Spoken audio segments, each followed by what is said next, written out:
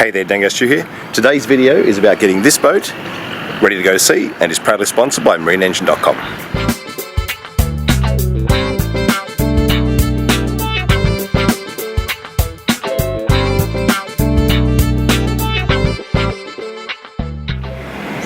So this boat, called Delstar II, is a 30-foot aluminium cray boat or a trap boat, essentially the same size as my trawler, and we're going to be taking it from Coffs Harbour in New South Wales down to the Hawkesbury River.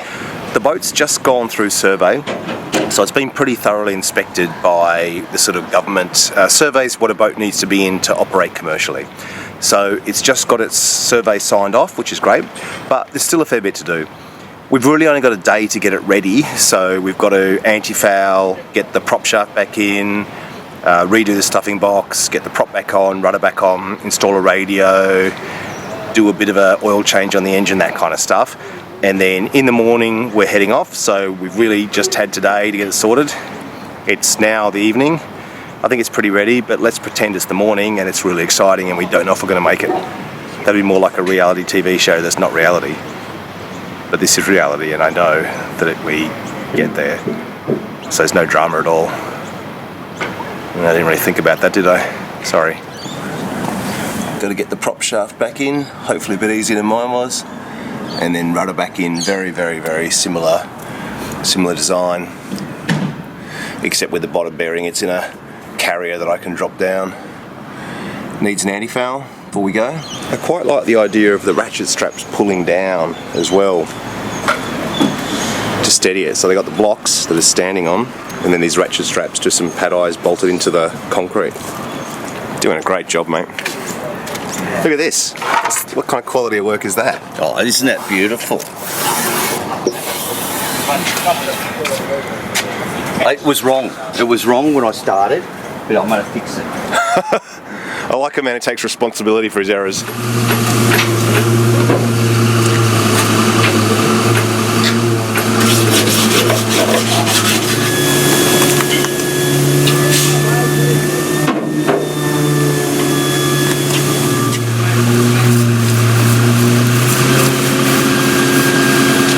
The engine in this is a 6-cylinder Perkins diesel, obviously. Straight 6.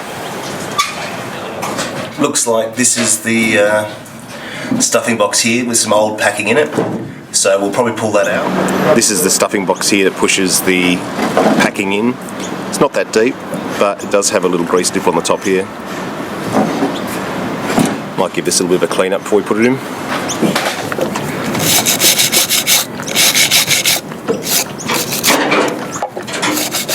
Have you got a grease gun here, Howie? Yeah, I brought one up. Oh, nice, cool.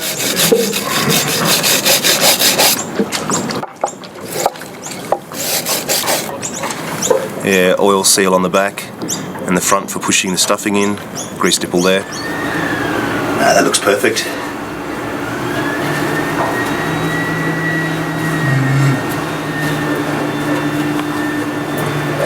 The bottom, the weight of the shaft. Oh, okay, it's coming up too high. Do you want to put my foot on it, push it down? Oh no, you lift it up, haven't we? Lift it up, that was easy. Then I thought. Gotta have some luck sometimes, haven't you? We've got a couple of little pins. Oh, okay. There's a knife here if you just want to cut the very end off. Yep. I like how this works, actually. Yeah, that's good. That'll be fine. By the time it's pushed in, it'll expand. Yep, and then the grease. And we got the oil seal too, so. Yeah, and then the grease. Yeah, exactly. Grease on it too. Perfect. Alright. Nice work. We needed some oil seals for the prop shaft. It's a very similar arrangement to the rudder post I've got. And so Paul here, up in Coffs, a viewer, went and found me some oil seals, so thank you very much. No problem. All in good cause. Yeah. So we didn't know the exact diameter. Actually, Paul even found me a vernier caliper, which is very nice. But so we got 3 different sizes. We're just going to see which one fits the best.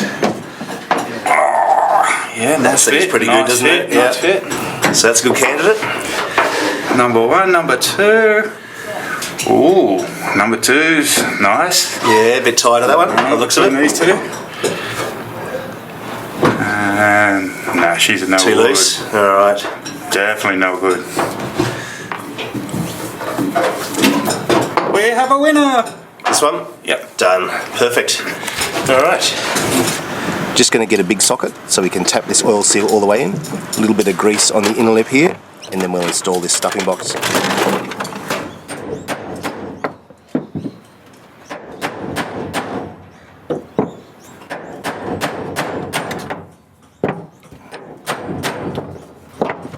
Pretty close. So we had a bit of grease somewhere, didn't we? Yep. Grease gun. Oh yeah, cool.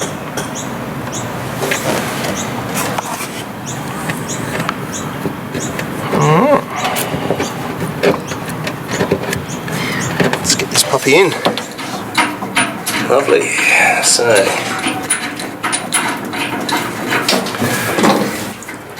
So I guess if we just get a little bit of pressure on that stuffing, and then we'll tighten it if we need to when we see if it's dripping much. Yep. And spin the shaft and make sure. Oh, that's not in. Started. Looks like the female thread for these bolts is flopped out on one side, so we're going to get a longer bolt. Just put a nut on the back. That'll do for now. Alright, bit of new gearbox oil. Don't think this engine's ever had so much care. Clean, please. Alright, time to get the life raft in here. Here's our recently serviced life raft. Just going to pop that in here now. On the hard stand next to us was a nice timber sailing boat that a lady was down there working on all by herself. So I went down and just checked out the boat, and it was amazing talking to her because she had huge knowledge about working on timber boats, both as a sailor actually and as a boat builder. And this is the floor frame here, so I can't, but then I'd have to butt it here, and that would mean it's quite a short distance. Short plank still on there, the yeah. twist. Ah, Twist. gotcha. That's where the twist is. Right here is straightened out. There's the proper butt here, which is on a flat, as well as if you have one butt and then another butt. I don't think that's a good idea. Yep. Because that's so. At the moment, apparently you've got to have at least, is it 2.1 metres or 4-ish foot plus that you've got to spread your load. Gotcha, On a span. Yeah. That's for the trawlers and Yeah, stuff. right. They have to replank. So that is 5 foot to there, but it's still on the twist. So it's a hard spot to end. Come back to this one. Just continue and do it properly. How long is it taking you to get it all Oh, out? not too bad. Yeah. It's just at the end there it was pretty Bit trickier. bad. This is pretty easy along the. So you're just hooking all the caulking out with your end of your chisel? Yeah, these you make these Yep. little Just put it on the reefing grinder tool. and Yeah. Some of them are broke. And I'm gonna now go and that's why I've got Rebend and resharpen, yeah. Resharpen them. Yeah, it's almost like in boat building, wooden boats. You almost improvise with tools. yes, all the time for sure. Yeah, you have to improvise. I mean, I've got Otherwise you pay an absolute fortune, order from overseas and get these custom tools. Yeah, and this is good enough anyway. Oh, for sure, yeah. Particularly with some gloves on. Yeah. Yes. My hands don't exactly look any better anyway when I take them off. You got any palm olive? Veg just Dip your hands in palm olive. And what's your name, sorry? Sorry. What's your name? My name's Susie. Susie Stewart. Nice to meet you. Thank you for sharing your boat with us. That's why I was bringing it, is because Yeah. in here. Oh yeah. So what was the original cause? What originally made you? Because I do believe it. Basically, for old age and rot. Yep. I think this has been. Oh, there's a few this has little- obviously tried to go in a few times. Yep. And there's nothing in that one. There's nothing in that one. Yeah. And then here is one of the trunnels, and yet when I went like this, You went. it straight through. Yeah. So you got too many. 1, 2, 3, 4, 5. In one so place. someone's redone that. Yes. Gotcha. Until now, that's why I've got to go and. So too many times it's been Yeah. drilled and Yeah, you can tell. it's like becomes too many perforations. Yeah, yeah. You've definitely got an eye for it then. 1937. 1937. Yeah. Wow. Very good. It's such a beautiful boat. Oh, Hugh and Pine, is it? Up top. Up top, yep. Well, Hard to find that these days. This rudder's nice and light, fortunately, because it's hollow and aluminium.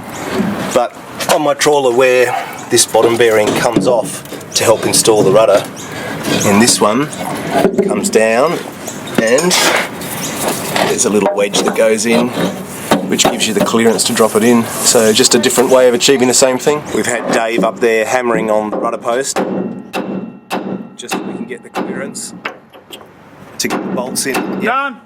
Get them that way around. Yep. So we can jack it back up now. Yep. Talk. Here we are, winding the car jack and precarious pile to fix yet another Dave and Stu cock up. What kind of jack is this with the 10mm spanner? Oh, it's coming up anyhow. Yeah, exactly. See, we couldn't have done this without beer. No. This would have been almost impossible.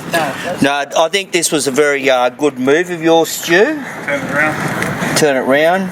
Yeah, it would have been dangerous the other way. Safety first.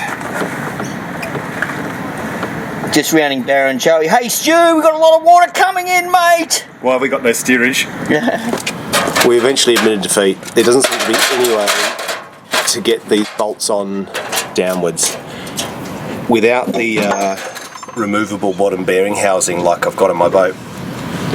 You know, you can get the shaft down, get the bolts pointing down, put them up. You can't get the rudder in and dropped into the bottom bearing, so this is how it's going to stay. Just tightening the prop nut up, nice and tight.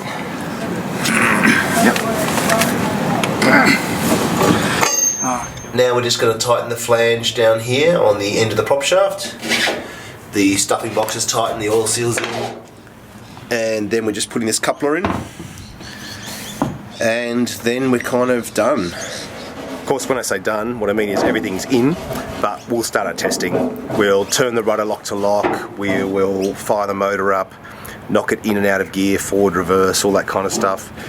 We've done some oil changes, gearbox and engine oil, so we'll check our levels again. I think we did gearbox oil, engine oil and coolant.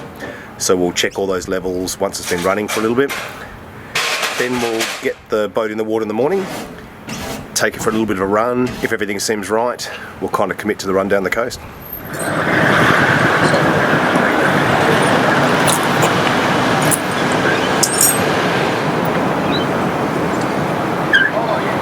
Alright, so just like the intro, it's now the end of the day and we're pretty much there. We've got our tests to do still, I haven't done those, but we'll go through that soon. Tomorrow they're going to crane the boat in and we'll do some on-water tests, but I'm thinking I'm going to do that as a second video. We'll keep this as sort of, you know, getting the boat ready, and then I'll film the journey itself as a sort of separate video. I think the trip will be fine. There's a few things I'm not 100% happy with because of the short amount of time we had to get the boat ready, but nothing I'm worried enough about to pull the pin. We're going to be heading down the coast. We'll probably stop 3 or 4 nights. We're not going to just cannonball it, drive through the night. We're just going to drive daylight hours and pull into 3 or 4 ports along the way. So it's going to be a pretty cruisy trip. Unfortunately, there's a bit of rain coming. The swell's about 3 meters with about a 10-second interval, which isn't super comfy. But we'll see if we can find a tack to go on that the boat rides well, and, you know, we'll get there. All right, well, take care, and I'll catch you soon when we do the actual journey. All right, see ya. Bye.